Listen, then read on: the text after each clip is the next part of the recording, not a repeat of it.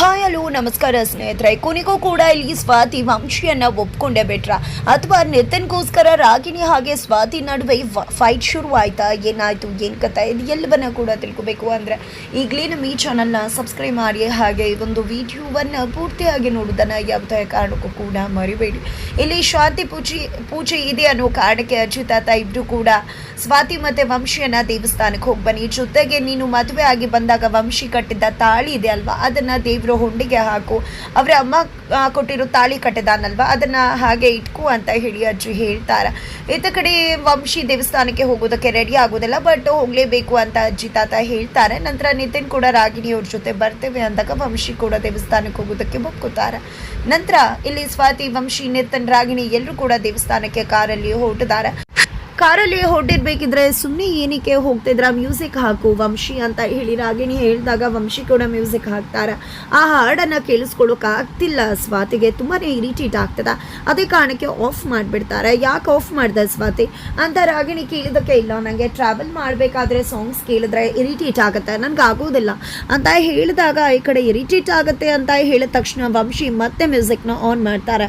ನೋಡು, ನಿನಗೆ ಸಾಂಗ್ಸ್ ಕೇಳಿದ್ರೆ ಇರಿಟೇಟ್ ಆಗುತ್ತೆ, ನಿನಗೆ ಆಗದೆ ಇರಬಹುದು, ಆದರೆ ನನಗೆ ಸಾಂಗ್ಸ್ ಕೇಳದೇ ಇದ್ರೆ ಗಾಡಿ ಓಡಿಸ್ಬೇಕಾದ್ರೆ ನಿದ್ರೆ ಬರುತ್ತೆ ಅಂತ ಹೇಳಿ ಉಲ್ಟಾ ಮಾಡ್ತಾರೆ ಇಲ್ಲಿ ವಂಶಿಯವರು. ನಂತರ ಇಲ್ಲಿ ನಿತಿನ್, ರಾಗಿಣಿ ಆ ಕಡೆ ಜರುಗಿ ಕುತ್ಕೋ, ಸುಮ್ಮನೆ ಯಾಕೆ ಇರಿಟೇಟ್ ಮಾಡ್ತಿದ್ಯಾ, ನನ್ನ ಹತ್ರ ಯಾಕೆ ಬಂದು ಟಚ್ ಮಾಡ್ತಾ ಇದೆಯಾ, ಅಷ್ಟು ಜಾಗ ಇದಲ್ವಾ, ಹೋಗಲ್ಲಿ ಕುತ್ಕೋ ಅಂತ ಹೇಳಿ ನಿತಿನ್ ರಾಗಿಣಿಗೆ ರೇಗ್ತಿರ್ತಾರೆ. ಹೀಗೆ ಗಾಡಿ ಓಡಿಸ್ಕೊಂಡು ಹೋಗ್ಬೇಕಿದ್ರೆ ಮಧ್ಯದಲ್ಲಿ ಒಂದು ಹುಡುಗಿ ಬರ್ತಾಳೆ, ಗುದ್ದು ಬಿಡ್ತಾರೆ ವಂಶಿಯವರು. ತಕ್ಷಣ ಬಂದಿದೆ, ಏನು ಕಾಣಿಸಲ್ವ, ನನ್ನ ಗಾಡಿನೇ ಬೇಕಿತ್ತ ನೀನು ಸಾಯೋದಕ್ಕೆ, ಯಾಕೆ ಬಂದು ಬಿದ್ದೆ, ಯಾಕೆ ಬಂದೆ ಮಧ್ಯಕ್ಕೆ ಅಂತ ರೇಗ್ತಿರ್ತಾರೆ. ನಂತರ ಸ್ವಾತಿ ಕೂಡ, ನಿತಿನ್, ರಾಗಿಣಿ ಎಲ್ಲ ಕೂಡ ಹೊರಗಡೆ ಬರ್ತಾರೆ. ಇಲ್ಲಿ ಸ್ವಾತಿಯ ಹುಡುಗಿನ ಎಬ್ಬಿಸ್ದಾಗ ಗೊತ್ತಾಗುತ್ತೆ ಅದು ಬೇರೆ ಯಾರು ಅಲ್ಲ, ತನ್ನ ತಂಗಿ ಮೇಘ ಅಂತ.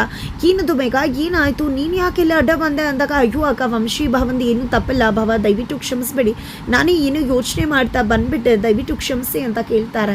ಎಲ್ಲಿಗೆ ಹೋಗಿದ್ದೆ, ಯಾಕೆ ಏನಾಯಿತು, ಈಗ ಯಾಕೆ ಈ ರೀತಿ ಆಯಿತು, ನೀನು ಯಾಕೆ ಏನೋ ಯೋಚನೆ ಮಾಡ್ಕೊಂಡು ಬಂದೆ ಅಂತ ಸ್ವಾತಿ ಮೇಘನ ಪ್ರಶ್ನೆ ಮಾಡ್ತಿದ್ರೆ, ಅಯ್ಯೋ ಅಕ್ಕ ಗಾಬರಿ ಆಗಬೇಡ, ಏನು ಅಂತ ದೊಡ್ಡ ಗಾಯ ಆಗಿಲ್ಲ, ನೀನು ಯಾಕೆ ಇಷ್ಟೊಂದು ಗಾಬರಿ ಆಗ್ತಿದ್ಯಾ, ನಿಜಕ್ಕೂ ನಾನು ಮೆಡಿಕಲ್ ಸ್ಟೋರ್ಗೆ ಹೋಗಿದ್ದೆ ಅಮ್ಮ, ಮತ್ತು ತಂಗಿಗೆ ಔಷಧಿ ಬೇಕಾಗಿತ್ತು, ಅದೇ ಕಾರಣಕ್ಕೆ ತರೋಕೆ ಅಂತ ಹೋಗಿದ್ದೆ, ಬಟ್ ಕ್ಯಾಶ್ ಇರಲಿಲ್ಲ, UPI ವರ್ಕ್ ಆಗ್ತಿರ್ಲಿಲ್ಲ, ಅದೇ ಕಾರಣಕ್ಕೆ ನಾನು ಮತ್ತೆ ವಾಪಸ್ ಏನಪ್ಪ ಮಾಡೋದು ಅಂತ ಯೋಚನೆ ಮಾಡಿ ಹೋಗ್ತಿದ್ದೆ, ಆ ಟೈಮಲ್ಲಿ ಈ ರೀತಿ ಆಗೋಯ್ತು ಅಂತ ಹೇಳಿ ಮೇಘ ಹೇಳ್ತಾರೆ.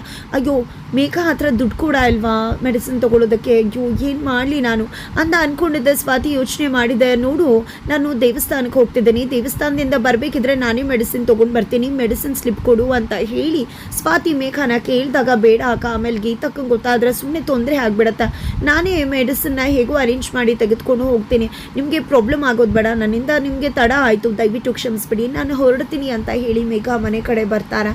ನಂತರ ಇಲ್ಲಿ ಮೇಘ ತುಂಬ ರೆಬಲ್ ಆಗಿದ್ದಾಳೆ, ಬಿಕಾಸ್ ಇಲ್ಲಿ ನಿತಿನ್ ಜೊತೆ ರಾಗಿಣಿನ ಅವಳಿಂದ ನೋಡೋಕ್ಕಾಗ್ತಿಲ್ಲ.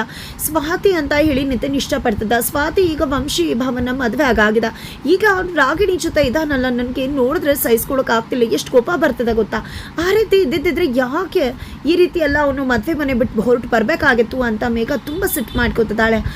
ಆಗ ಅಜ್ಜಿ ಏನಾಯ್ತೆ, ಯಾಕೆ ಇಷ್ಟು ಸಿಟ್ಟು ಮಾಡ್ಕೊಂಡಿದ್ಯಾ, ಯಾಕೆ ನೀ ಉರೂರಾ ಅಂತ ಉರಿತಾ ಇದೆಯಾ ಅಂತ ಕೇಳಿದಾಗ ಹೋಗಿ ಡೋರ್ ಲಾಕ್ ಹಾಕೊಂಡ್ಬಿಡ್ತಾಳೆ.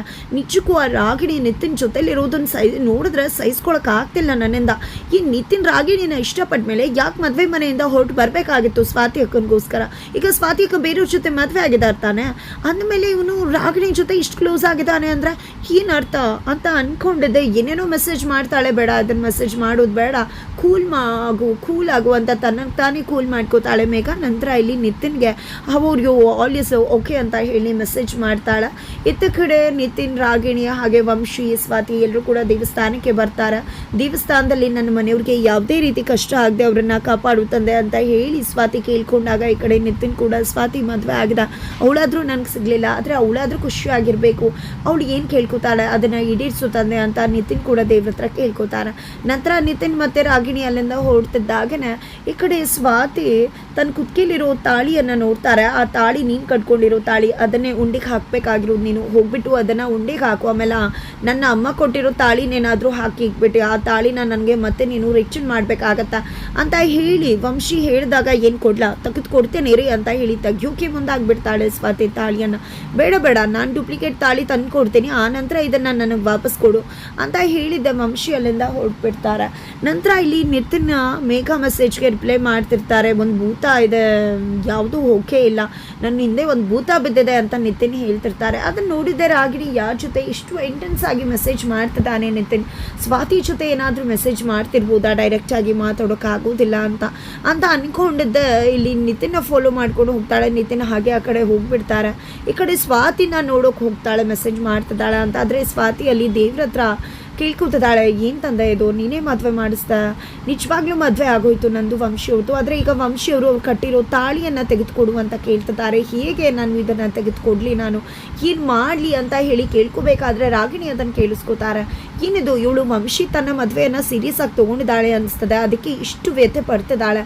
ಹಾಗಿದ್ರೆ ಇವಳು ನಿತಿನ್ನ ಮರ್ತು ಬಿಟ್ಲ ಇಷ್ಟು ಬೇಗ, ಹಾಗಿದ್ರೆ ಇವಳು ನಿತಿನ್ಗೆ ಮೆಸೇಜ್ ಮಾಡ್ತಿಲ್ವಾ, ಇವಳು ಕೈಯಲ್ಲಿ ಮೊಬೈಲ್ ಇಲ್ಲ ಅಂದರೆ ಖಂಡಿತ ಇವಳು ಮೆಸೇಜ್ ಮಾಡ್ತಿಲ್ಲ ಅಂತಲೇ ಅನ್ನಿಸ್ತದೆ ಅಂತ ಹೇಳಿ ಇಲ್ಲಿ ರಾಗಿಣಿ ಅನ್ಕೋತಾಳೆ. ನಂತರ ಅವಳು ಹೋಗಿ ಕುತ್ಕೋತಾಳೆ, ದೇವ್ರೆ ನನ್ನ ನಿತಿನ್ನ ತುಂಬ ಇಷ್ಟಪಡ್ತೀನಿ, ದಯವಿಟ್ಟು ನನ್ನ ನಿತಿನ್ನ ಒಂದು ಮಾಡು ತಂದೆ ಅಂತ ಕೇಳ್ಕೊಂಡಾಗ ಇಲ್ಲಿ ಸ್ವಾತಿ ಗೊತ್ತಾಗುತ್ತೆ ರಾಗಿಣಿ ಬಂದು ಇಲ್ಲಿ ಕುಳಿತುಕೊಂಡಿದ್ದಾಳೆ ಅಂತ. ನಂತರ ಇಲ್ಲಿ ನೋಡು ಸ್ವಾತಿ, ದಯವಿಟ್ಟು ನೀನು ನನಗೊಂದು ಹೆಲ್ಪ್ ಮಾಡ್ತೀಯಾ, ನನಗೆ ಗೊತ್ತಿದೆ ನಿನ್ಗೆ ನನ್ನ ಮೇಲೆ ತುಂಬ ಸಿಟ್ಟಿದೆ ಅಂತ, ಬಟ್ ಆದರೂ ಕೇಳ್ಕೊತಾ ಇದ್ದೀನಿ, ನನ್ನ ನಿತಿನ್ನ ಒಂದು ಮಾಡ್ತೀಯಾ, ನಾನು ನಿತಿನ್ನ ತುಂಬ ಅಂದರೆ ತುಂಬ ಪ್ರೀತಿ ಮಾಡ್ತಾ ಇದ್ದೀನಿ ಅಂತ ಹೇಳಿದಾಗ, ವಸ್ತು ಅಲ್ಲ ನಿತಿನ್ನ, ಗೊಂಬೆ ಅಲ್ಲ, ನೀನು ಕೇಳಿದ ತಕ್ಷಣ ನಿನಗೆ ಸಿಕ್ಬಿಡೋದಕ್ಕೆ, ನನ್ನನ್ನು ಈ ವಿಷಯ ಕರಿಬೇಡ, ನಾನು ನಿನ್ಗೆ ಯಾವುದೇ ರೀತಿಯಲ್ಲೂ ಸಹಾಯ ಮಾಡೋಕ್ಕಾಗೋದಿಲ್ಲ ಅಂತ ಹೇಳಿ ಸ್ವಾತಿ ಹೇಳಿದಾಗ, ಹಾಗಿದ್ರೆ ನೀನು ಮದುವೆ ಆಗಿ ಸೆಟಲ್ ಆಗಿದೆಯಾ ವಂಶಿ ಜೊತೆ, ಹಾಗಿದ್ರೆ ನಿತಿನ್ ಹಾಗೆ ಇರಬೇಕಾ ಅಂತ ಹೇಳಿ ರಾಗಿಣಿ ಕೇಳಿದಾಗ ಏನು ಮಾತಾಡದೆ ಅಲ್ಲಿಂದ ಹೊರಟ್ಬಿಡ್ತಾಳೆ ಸ್ವಾತಿ.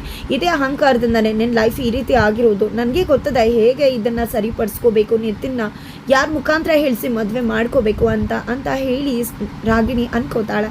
ನಂತರ ಇಲ್ಲಿ ಅಮ್ಮ ನಿತಿನ್ ನಮ್ಮ ಯೋಚನೆ ಮಾಡ್ತಿರ್ತಾರೆ. ಅಜಿತ್ ತಾತ ಬಂದು ಯೋಚನೆ ಮಾಡ್ತಿದ್ಯಾ ಅಂದಾಗ, ವಂಶಿ ಮದುವೆ ಆಗೋದಿಲ್ಲ ಅಂತಿದ್ದ, ವಂಶಿ ಮದುವೆ ಆಗ್ಬಿಟ್ಟ, ಈಗ ನಿತಿನ್ ಹಾಗೆ ಉಳ್ಕೊಂಡಿದ್ದಾನೆ, ಪ್ರೀತಿ ಮಾಡಿದ್ದು ಹುಡುಗಿ ನೆನಪಲ್ಲ, ನನ್ನ ಮಗ ಮದುವೆ ಆದರೆ ಸಾಕು, ದಯವಿಟ್ಟು ನಿಮ್ಮ ಮಾತನ್ನು ಅವನು ಗೌರವಿಸ್ತಾನೆ, ದಯವಿಟ್ಟು ನೀವು ಹೇಳ್ತೀರಾ ಅವನ್ನ ಮದುವೆ ಆಗು ರಾಗಿಣಿ ಜೊತೆ ಅಂತ ಹೇಳಿ ರಾಧಾ ಕೇಳಿದಾಗ ಅವನ್ನ ಮದುವೆ ಆಗು ಅಂತ ಹೇಳ್ತೀವಿ, ಬಟ್ ರಾಗಿಣಿ ಜೊತೆ ಅಂತ ಹೇಳೋದಿಲ್ಲ.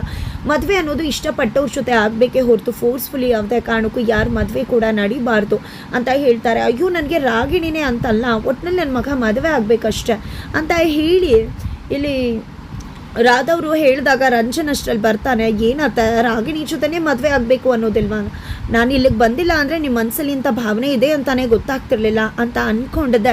ಅಜಿತ್ ತಾತ ಹೇಗಿದ್ದೀರಾ ಏನು ಅಂದಾಗ, ನಾವು ಚೆನ್ನಾಗಿದ್ವಿ, ನಿಮ್ಮಪ್ಪ ಹೇಗಿದ್ದಾರೆ ಅಂದಾಗ ಅವ್ರಿಗೆ ಟ್ರೀಟ್ಮೆಂಟ್ ನಡೀತದ ಅಂತ ಹೇಳ್ತಾರೆ ರಂಜುನ. ಹೌದಾ, ಎಲ್ಲಿ ಉಳ್ಕೊಂಡಿದ್ಯಾ ಅಂದಾಗ, ಅಲ್ಲೇ ಪಕ್ಕದಲ್ಲಿ ಲಾಡ್ಜಲ್ಲಿ ಉಳ್ಕೊಂಡಿದ್ದೀನಿ ಅಂದಾಗ, ಬೇಡ ಬೇಡ ಮನೆಯಲ್ಲೇ ಬಂದು ಉಳ್ಕೊ ಅಂತ ಅಜಿತ್ ತಾತ ಹೇಳಿದಾಗ, ಸರಿ ಆಯಿತು ಅಂತ ರಂಜನ್ ಒಪ್ಕೋತಾರೆ. ಫೈನಲಿ ಇಲ್ಲಿ ಸ್ವಾತಿ ಹಾಗೆ ವಂಶಿ ಇಬ್ಬರು ಕೂಡ ಮತ್ತೆ ವಾಪಸ್ ಮನೆಗೆ ಬರ್ತಿದ್ದಾಗೆ ಶಾಂತಿ ಪೂಜೆ ಇದೆ ಇವತ್ತಿಬ್ರು, ನಿಮ್ಮಿಬ್ರದ್ದು ಫಸ್ಟ್ ನೈಟ್ ಅಂತ ಹೇಳ್ತಾರೆ. ಈ ಕಡೆ ಸ್ವಾತಿಗೆ ವಂಶಿ ಕಾಲ್ ಮಾಡಿದೆ, ಹೇಗಾದರೂ ಮಾಡಿ ಇದು ಸ್ಟಾಪ್ ಮಾಡು, ಇಲ್ಲ ಅಂದರೆ ಪರಿಣಾಮ ಏನೇ ಆದರೂ ಅದಕ್ಕೆ ನೀನೇ ಹೊಣೆ, ನನ್ನ ಮೇಲೆ ಹಾಕುವ ಹಾಗಿಲ್ಲ ಅಂತ ಹೇಳಿ ಇಲ್ಲಿ ವಂಶಿ ಹೇಳ್ತಾರೆ. ಈಗ ಏನು ಮಾಡೋದಪ್ಪ ಅಂತ ಸ್ವಾತಿ ನಿಜಕ್ಕೂ ಯೋಚನೆ ಮಾಡ್ತಿದ್ದಾರೆ. ಹಾಗಿದ್ರೆ ಕೊನೆಗೂ ಇಬ್ಬರ ನಡುವೆ ಫಸ್ಟ್ ನೈಟ್ ಶಾಸ್ತ್ರ ನಡೆದೇ ಹೋಗುತ್ತೆ, ಏನಾಗುತ್ತೆ ಮುಂದೆ